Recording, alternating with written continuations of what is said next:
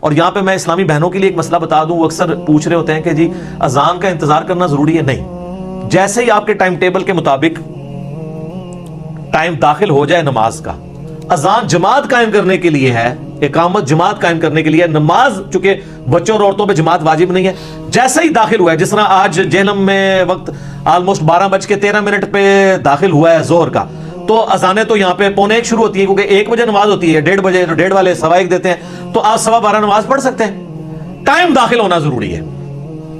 تو یہ ایک شرعی مسئلہ میں نے بتا دیا. یقین کریں عورتوں کی جتنی مشکل اور ٹف لائف ہے نا ہمارے سب کانٹیننٹ کے اندر، اس میں ان کے لیے یہ بہت آسانی ہے. نمازوں کو جمع بھی کریں، اور جمع کرنے میں کتنی آسانی ہے کہ ظہر کا وقت 12:13 پہ شروع ہو رہا ہے اور مغرب جا کے 6:25 پہ ہو رہی ہے، تو ان 6 گھنٹوں کے اندر جس وقت بھی ان کو ٹائم ملے دونوں نمازیں جمع کر لیں.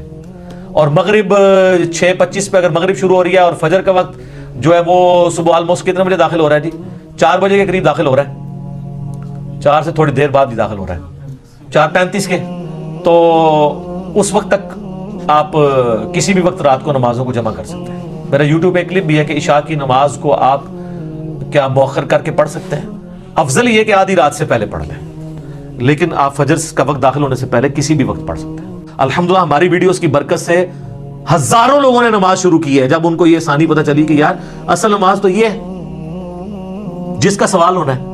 پھر دوسری سہولت ہم نے دے دی نماز جمع کرنے والی کہ بھئی مسلم شریف میں اوپر تلے 10 احادیث ہے 1629 سے آنورڈ کہ اللہ کے نبی علیہ السلام نے بغیر خوف کے، بغیر بارش کے، اور مدینہ شریف میں بغیر سفر کے ظہر اثر کی نماز جمع کی اور مغرب اور عشاء کی.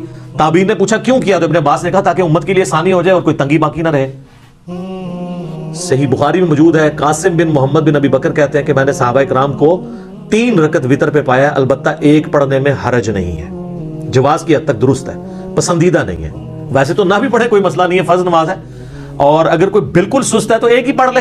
الموطا امام مالک میں فاتح ایران سعد ابن ابی وقاص کے بارے میں امام مالک نے نقل کیا ہے کہ وہ پوری زندگی عشاء کی 5 رکعتیں پڑھتے تھے، 4 فرض اور 1 وتر، پوری زندگی. تو ان کے اوپر تو کوئی فتویٰ نہیں لگا کہ سنت موقدہ چھوڑ دی ہے. اچھا اب ہم یہ حدیثیں نکالتے ہیں تو یہ کہتے ہیں یار یہ عوام کے سامنے تو نہیں گلاں کرنی چاہیے. سر عوام کے سامنے ہی تو کرنی چاہیے، خواص تو پہلے ہی اللہ کے فضل سے اتنی نمازیں پڑھ رہے ہیں، وہ تو پڑھتے رہیں گے. عوام الناس تو پڑھتی کوئی نہیں ہے، ان کو پڑھانے کے لیے باتیں کرنی پڑ رہی ہیں. یا تو کہ میرے کہنے سے لوگوں نے تہجد اشراق چاہ چھوڑ دی ہو یا میں نے خود چھوڑ دی ہوئی ہو، پھر تو آپ کو بلیم کریں. اور اگر کوئی چھوڑ بھی دیتا ہے تو اس کے اوپر کوئی اس طرح کی گرفت تو نہیں ہے. لیکن جو نہیں پڑھ رہے، مجھے کئی لوگوں نے یعنی خود رابطہ کر کے کہا کہ جی ہمارے گھر والے نماز نہیں پڑھتے تھے، جب سے پتہ چلا تو یہ نماز شروع کر دی ہے کہ یار فرض رکھتے ہی پڑھنی ہے. پھر آہستہ آہستہ کئی لوگوں نے کہا، آہستہ آہستہ پھر خود سنت کا بھی شوق پیدا ہوا. انہوں نے جو ظلم کر کے اتنی لمبی لمبی رکھتے لوگوں کو بتائی ہیں اور اس کی وجہ سے لوگ متنفر ہی ہوئے ہیں.